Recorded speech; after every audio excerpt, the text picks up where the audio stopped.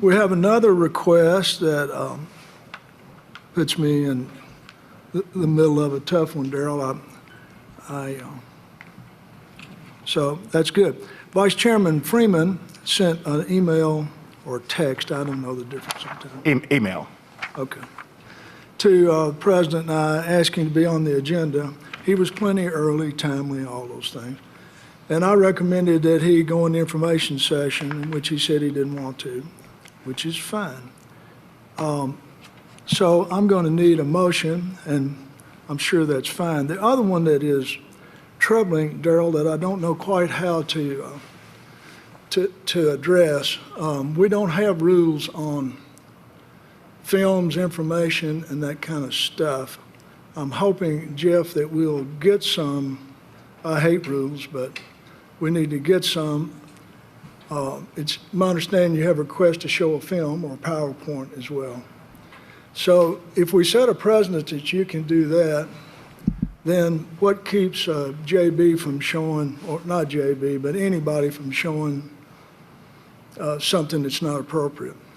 I did ask you to submit information that you'd like to present a week ahead of time, in which I never got a response. So it's up to the board's pleasure. I'll make a motion that Darrell be added to the agenda, but I think my first blush is that we don't have a PowerPoint or film. Last time we had one unannounced, it was fine. But Darrell, we have a committee system, and that's why we stay 2 or 3 hours in committee. It's really it doesn't keep anybody from doing it, but the board meeting's really not for a board member to have 30 minutes each week to pontificate about whatever's on their mind, be it a good subject or a poor subject. I'm not the judge of that. So, Mr. Chairman, did you say that I sent my request to be on the agenda plenty early enough? Oh, absolutely. Okay. Absolutely. Then I should be on the agenda. It's not up to you. I'm not going to allow you to lecture me about what I should do to be on the agenda. I'll follow the rules. Darrell, the agenda, the reason you weren't on the agenda is the agenda was printed prior to your request. Yeah, but we have rules for that. And I've asked. We have rules for that. I sent my request plenty early. And if I get my request in plenty early, I should be placed on the agenda. You're going to get on the agenda, I'm sure. If you don't want me to talk today, I'll talk tomorrow. I'll talk next time. We can put it on the agenda for next month. But the issues that are facing this university, we could talk about them today, or we could talk about it at the next meeting. But there are issues that are facing students, particularly African-American males. And I'm not here to pontificate about the data. Our VPs provided information at the last committee session the night before the meeting. Why don't we get you on the agenda, and then you can have... Now, Steve, I'm going to wait. If I got 5 minutes, I'll delay. Take as long as you want. Okay. Chairman, I mean, it's up to a vote. We got a vote to get on the agenda, which I've made an assumption that vote would be positive. But your request was given after we had printed the agenda. Now, I've asked Dr. McPhee from now on to instruct that we print the agenda 7 days ahead of time. We printed the agenda 9 or 10 earlier than the rule. That wasn't on you. Yeah, I know. It just happened.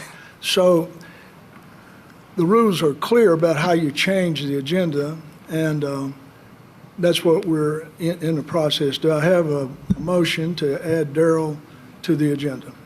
So may I move, Mr. Chairman, to amend the agenda? And may I also make a suggestion that at a future board meeting or at a committee meeting, which may be more appropriate, for us to be more specific about what the request to be placed on the agenda should entail. So if there are needs for audiovisual, for example, in the request to be placed on the agenda, that we modify the rules to indicate that that would be expected. So I think it's just a matter of clarity. What I'm hearing is there may have been some confusion about what is included in a request to be on an agenda. So let me give you some historical context. So if I would can I just make that as a request, but then I would stand as making the motion to amend the agenda to provide Trustee Freeman, Vice Chairman Freeman the opportunity to speak to the board. Do I have a second? I second. Motion's made and seconded. All in favor? Aye. Unanimous. And I want to just make a point of clarification. Initially, I sent my request in with enough time to be placed on the agenda, within the right window. You suggested that I be on the information session, and I said the subject I'm going to cover deserves to be on the entire board agenda, so we can have some discussion about it. You asked me to send you some information. I did not send it because Dr. McPhee then called me to Saturday or Monday, whatever. You called me, what day did you call me, Doc, and say, I talked to the chairman over the weekend, and you're going to be on the agenda. What day was that, Dr. McPhee? Was that yesterday? It was the weekend. It was the weekend. And so I didn't send any information to you because I didn't know that I was going to be on the agenda. I mean, think about that. And so I brought the information that I prepared, and I've given it to the folks in the audiovisual, and I'd love for them to pull up my presentation.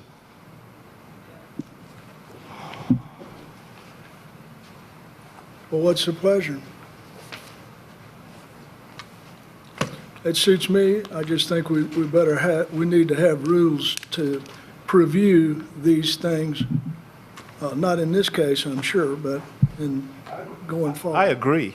So can I just make another suggestion? And again, this goes back to sort of my history, and that is in terms of board structure, one would typically have a situation where materials need to be submitted by a certain date in order to be included in a board package. I'm sure that's been your experience as well, Daryl. And maybe I would have done that. Yeah, and maybe in this case there was a bit of a miscommunication and perhaps a timing misalignment. I didn't find out till this weekend that I was going to be on the agenda. So a bit of a timing misalignment, and I think that going forward we probably can solve for that if we just have very clear expectations about timing. So, because I think it's important to have a good, strong dialogue and to have open conversation. So I think it's just a matter of, this is a logistics thing, it's not an information thing. Does that make sense? Yes, I think Trustee Kobawiak, I followed the rules. Okay. I followed the rules. And, I mean, I followed the rules. Okay. No, I'm just saying that I think. Yeah, and I think if I follow the rules, I should be able to be placed on the agenda. I mean, I serve on 3 corporate boards. I understand the rules. I'm not, Trustee Freeman, I'm not arguing with you about whether or not you follow the rules. No, I'm just saying that maybe what we need as a board is to be more clear about how we want to operate. It's not to say, I think that's really all I'm trying to say. I think that's a note for the chairman. Well, I think it's this board's responsibility to make sure that we are clear about our expectations. So I think, absolutely, I think the group agrees that that you follow the rules. We just need to be clear about what the rules are. Yes, we need to be clear. And what the rules Chris, I'd like to ask that I think that should include committee meetings also. I think it would be very helpful in advance if we were aware of things that were going to be requested for the agenda and also materials. Just since we're discussing this, I'd like to broaden it to committee members, to committee meetings also. And I would agree with that. And one of the reasons why I asked to be on the agenda, because the last committee meeting we had, Trustee Wright, we got information for that committee meeting the night before the meeting. So if we're going to follow the rules, it needs to go throughout the entire organization. I shouldn't get an email from. That's not true? I didn't get. Pete, did you have a question? I mean, let's. I don't want to get completely out of order here. Daryl has been, Vice Chairman's been added to the agenda. Are there any other questions before he starts? Well, my comment was to what Pam was saying, and that, basically I view our board is to take action on things that come before our committees. And I understand why, for example, the student trustee, the student a few minutes ago presented to the board, because he's not part of our committee structure. But we as board members are part of our committee structure. And that seems to be where most of the work of our committees takes place, is in our committee structure. And then we have to have action required by the board at the board meeting. perfectly looking forward to hearing Vice Chairman Freeman's presentation today. But it seems to me that this is more something that would be discussed in a committee as opposed to pronounced at the board. Okay, no time limit. Have at it. How about it? Well, first of all, thank you. This is the first presentation I've done in about 4 years, and I'm excited to do it. Mr. Chairman, thank you for the opportunity to speak on what I call a very important topic. A topic that's very important to me. It's about our collective promise to all of our students, especially our black male students. On our website, there's a quote from Dr. McPhee that says, "We are extremely grateful and honored to be entrusted with something as important as the education of your student." That's on our website. And his quote reflects both the sentiment and the seriousness of this issue. How do we ensure that we're honoring the trust that is being put into us for all of our students, particularly our black male students? All of us around this table, all of us on this board and in the audience, we're alumni, some of us are alumni, some of us are fans and supporters. And we choose to spend our time and talent and resources here. Why? We do it because we care about our students. Today, we have a chance to prove that we care about all of our students. It's been a long time since I had to work these slides. That's the quote from Dr. McPhee. I'm glad I looked up.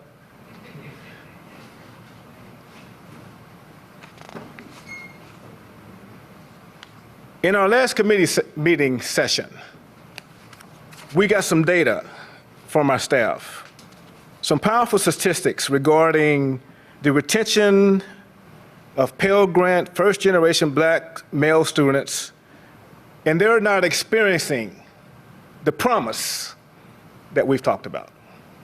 They're not experiencing the promise that we talked about. While this is not a new problem, or a problem that we have alone, it is a problem that has reached epic proportions on our campus. And the problem is much bigger than I had realized. Now, some of you who got the data last week, a Pell Grant black first-generation male student coming to school here has a 10.5% chance, we can say chance, opportunity, to graduate in 4 years. That's unacceptable. That is completely unacceptable. And I can go through data, I can go through more data, but I'm just going to stop there. A 10.5% opportunity, chance to graduate from here in 4 years. That's not good. That is not acceptable. Now, solutions. You know, we're not afraid of this challenge. This board is not afraid, Chairman, of this challenge. This board is made up of problem solvers.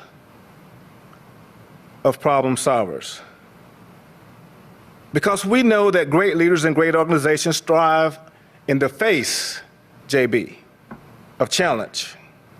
That we attack issues like this by starting and prioritizing the problem and being transparent. When you consider the members of this board, none of us would be here without the ability to address urgent challenges. Whether it's an issue with tire performance, or trucking performance, or Tom, your investment portfolio performance. We're on this board because we understand how to deliver urgent solutions. And some of us have worked with various organizations, associations, whether it's the U.S. Tire Manufacturers Association, where it talks about safety of tires and how to improve tire manufacturing, whether it's the SEC, where it talks about improving investors' opportunity to invest in quality companies, or where it's talking about the Federal Motor Carrier Safety Administration, JB, where it talks about making trucking more safe. We've worked with a bunch of organizations in our careers. We owe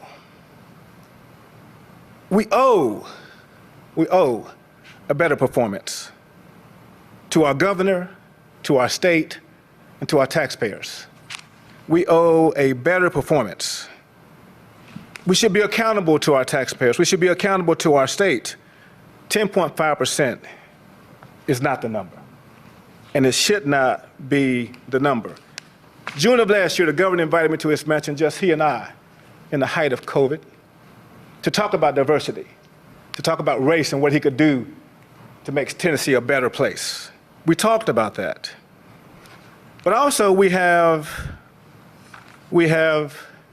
other folks who are looking at what we're doing as it relates to blacks on this campus.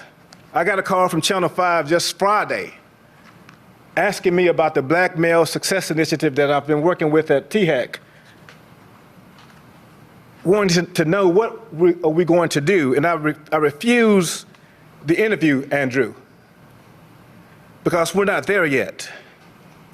And I say all that to say this. Let's face it.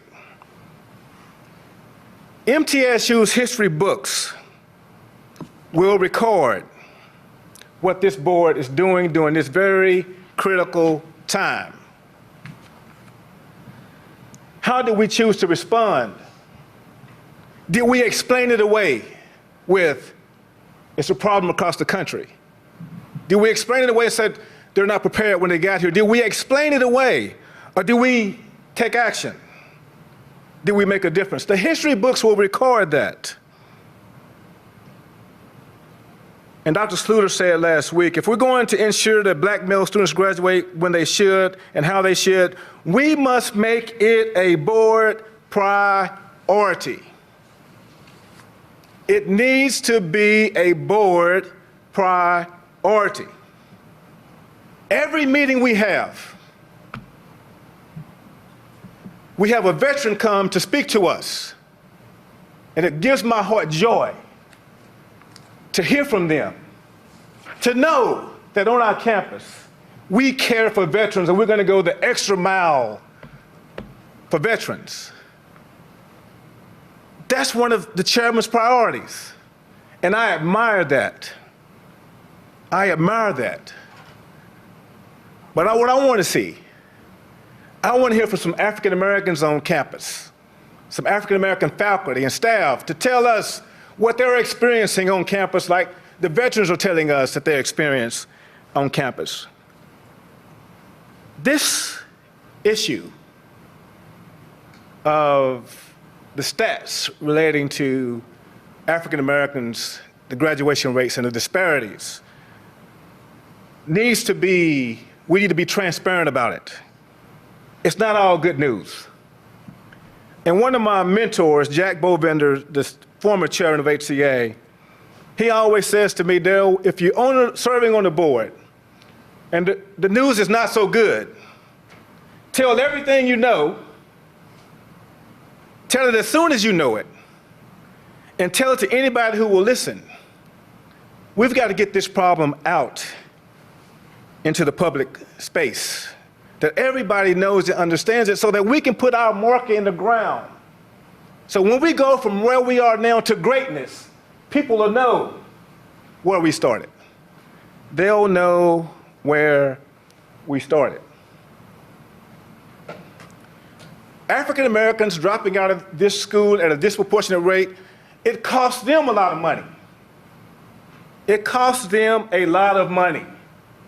All their hopes and dreams of their parents are tied up here. Coming to school here, it costs them a lot of money. I've been trying to figure out what the cost is to us, Alan. With the disparity the way that it is, I believe that we're losing millions of dollars in tuition and books and fees because of this disparity. So if you can't grasp the personal side effects of it, surely we can grasp the financial side of it. the financial side of it. MTSU. We succeed at what we want to succeed at. We succeed at what we want to succeed at. I just left a groundbreaking. Through Dr. McPhee's leadership, through a pandemic, kept the school open, we had a groundbreaking for a concrete building. Success. He's done over $1 billion worth of building on this campus. Success. We succeed at what we want to succeed at. We can succeed at removing the disparity. We succeed at what we want to succeed at. The young man in this picture plays professional football. Went to school here at MTSU. Think about this stat. And I just got this stat from Dr. Burns yesterday. If you're an African-American athlete at MTSU student athlete, your 6-year graduation rate is over 90%. We succeed at what we want to succeed at. So we've made some effort. But we've got to make more effort, and we've got to drive results. I listened to Dr. Heather Brown this morning. She was talking about the building, and she said, people build people. Buildings don't build people. So, I say all that. I got to get to Mr. Chairman. Mr. Chairman, spent a number of years away from the university after he dropped out in the early 70s. Took advantage of an outstanding program that we used to bring people back to campus, right, Mr. Chairman? So they can get their degree. We're good at that. Let's be good, let's stay good at that. But let's get good at getting the kids who are here to graduate. Let's be good at that. Let's be good at that. Time is running out. It's time for us to get busy addressing this problem. It's time for us to get busy addressing this problem. The student African-American population, and Mr. Burns, if I'm wrong, please tell me, the African-American population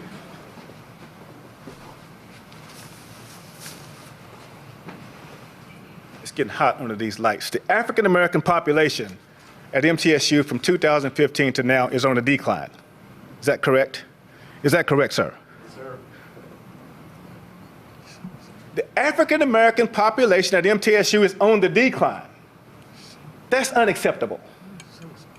We've got to be better at recruiting and retaining African-American students. If we want our overall graduation rate to go up, we've got to work with these students to make it better. Time is running out. MTSU alumni. We should have some alumni that look like this. Their chances of being alumni should be the same as others. I left the groundbreaking, I looked around, I didn't see hardly anybody that looked like me. That shouldn't be. It's 2021. So, I say all that to say this, Mr. Secretary. We believe in honesty and integrity. That's on our website. For us to be honest with ourselves, everybody's got to have an equal shot to cross the stage at Murphy Center. We've added new lights at Murphy Center. We've renovated Murphy Center. But today, some students will never make it to Murphy Center. That should not be. Honesty and integrity, that's on our website. We got to be honest with ourselves. So, I got a motion, Mr. Chairman. I want to move that this issue become a part of every board meeting until we see sustained positive results. If not already, which I think it is, it should be included in Quest 2025, but with not just goals and objectives, but actual target numbers as it relates to staff, professorships, deans, African-American graduation rates. And then the last part of my motion is the board should loudly support this initiative. That's my motion, and I hope I can get a second. I think the motion's out of order. We can vote on it if we want to, but we go through a committee system, Darryl, and we don't know that our committee agrees with your goals. That's fine. I made a motion that this issue be a part of the board meetings until we see a sustained positive results. The motion can down the floor, but I made it. It's never improper, according to parliamentary procedures, to make a motion. No, that's right. I made the motion. It can down the floor, but I made it. So thank you for your time, and thank you for the opportunity to get up here and speak before you. And let's get to work. Any questions? Darryl, I don't have a question, but I have a comment. I appreciate your passion and persistence in pursuing this issue, your focus on it. So your passion and persistence is exemplary. So thank you for that, first of all. And excuse me. And I commend you for your interest in the success of black students, but I think all students as well, not just black students. Yes. Not just black male students, but Yes. all students. So I think we're all interested in the success of all students, including black, purple, green, white, whatever color they may or may not be. So I commend you again for the passion and persistence in that. I would like to note that at a couple of meetings that, if I counted correctly, I may not have, that there are 14 equity programs to address minority, Pell Grant students, Yes. et cetera. Now, I don't know if, I'm not intimately aware of any of them, or not even hardly knowledgeable of any of them, but there are 14 out there. And of that, I think 9 are related to underrepresented students. Yes. If I counted correctly. 4 specifically focus on black students. Yes. And 1 is on minority faculty. Now, again, I don't know how good or not good those programs are.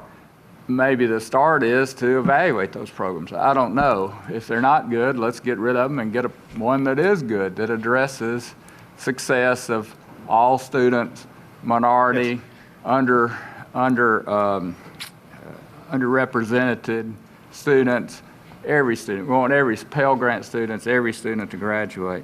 But I would like to commend Dr. McPhee and his team that we are making effort.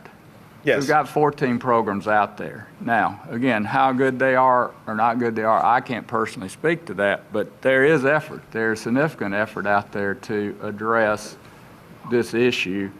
And again, I appreciate your passion and your interest and focus and keeping that in front of us. That's very important. And we've not yet achieved the university's graduation success rate that we would hope to achieve for any student, regardless. So again, I think the goal is very appropriate, and it's appropriate to keep working on it. And again, I think Dr. McPhee and his team are working toward that goal. Now, can we do more? Certainly, we always do more on everything. So with that, again, I just want to commend you. Thank you for keeping your focus on this. And I do want to commend Dr. McPhee and his team for his efforts and work on this topic as well. And again, maybe Dr. McPhee, we need to review these programs. I don't know or not. I'm not that knowledgeable. And Tom, thank you for the compliment. When you grow up broke, you got to have focus. And so I'm focused on this. But before I sit down, I want to make it very, very clear that this university, under Dr. McPhee's leadership, has put in the effort. He has put in the effort, and he and I have spoken about the effort. And we're going to do more. So I'm thankful that you made that statement, because I don't want anybody in this room to believe that Dr. McPhee and his team is not putting in effort. But oftentimes when you sit on the board, you have to continue to add some focus And that's what I'm doing. So there is effort. There are 14 programs, and I'm proud of those programs.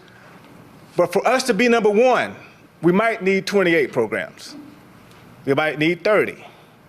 And so there is effort. And I applaud and compliment Dr. McPhee and his staff, and thankful for his leadership in those areas. And so appreciate you reminding me. And I should not have forgotten to say that, but thank you. And Chairman Smith, I'd like to add, and I thought Tom spoke it so eloquently, but I'm thinking Darrell must have specifics of things that could be done at the university, because he's put a lot of time and effort into this, and there have to be specific things. So I would encourage there to be a group that Darrell could work with to address specifics. And I mean, Dr. McPhee, if that's possible, that Darrell be added to a committee or work with a group at the university to try to maybe evaluate the programs. And I'm assuming, Darrell, you'd be willing to do that. And Yes, sometimes the Trustee reason White, why- may I add go ahead. to that point? In fact, I sent Vice Chairman Freeman 2 weeks ago, maybe 10 days ago, a request, an offer to work with a group on our university to continue to work on the graduation rate. Is that correct? Yes. I also want to say that while we obviously have to do better, and we want to point out, we have to be very careful that we don't leave the perception that nothing is being done or the university is not making any progress. As well as you put out the graduation rate and you use that 10%, we use 6 years rather than 4 years. I wish that, and you've heard the presentation from your friend, your roommate, who was hired to work with black males, in which the university, this is just one example, the university internally reallocated $500,000, $500,000 for a Scholars Academy that is made up of blacks, Pell eligible. And so we have too many of our staff that are doing a good job for the impression to be left as that somehow that this is a terrible university for black students and for black males. That probably is not your intent, No, but that's how it comes across. Yeah. And for those hardworking employees, it would be very unfortunate if people walk away with that perception, because it is not true. And Dr. McPhee, I think I appreciate those comments, but I think what I said was that I applaud you and your leadership and your team for the work that you've done. I applauded you and your leadership. And yes, you did ask me to work with a group of folks on this campus, which I will gladly do. But I needed to make sure that the board understood how I felt about this. I will work with them. But I need to make sure that you understood and you understood and you understood how I felt about it, how important it is to me. And so, again, I'll reiterate, thank you for the efforts. Thank you for the work that you've done, that you're doing. And there's more work to be done. And I believe that we can do it. I believe we can do it. I believe that we can remove the disparity. I believe that we can do that. Otherwise, I would not be standing here if I didn't believe we could. But I needed the board to get on board, to understand what I was thinking and how I feel about it. And I think one of the things that Governor Haslam did on all the boards, he brought people from various backgrounds with different perspectives. And sometimes your perspective, some people may not have it. I may not have yours, you may not have mine, but it's incumbent upon us as board members to share our perspectives. And I'm just here sharing my perspective. Because I got a lot of friends who went to school here at MTSU. Many of them are raising families now that never did graduate. You may not have any friends who are African Americans who went to school here and dropped out. But you have another perspective. And I got to be respectful of your perspective. And hopefully you'll be respectful of mine. We appreciate your passion. And one of the duties of the chairman is run an orderly meeting. If we don't go through the committee system, I don't believe I'll be able to get anybody to show up for a committee meeting. I mean, why have a committee if we don't go through the system? We've all served on volunteer boards before, and they're worse than paid boards. On a committee works on a subject for a year, and then they get to the board meeting and they change everything they've done. So I think to jump frog the committee is a mistake. That's not hearing a second. The motion fails. Would you read the minutes, please? Or would you? Do we have we approved the minutes, Jeff? Pam, it's your committee. Okay.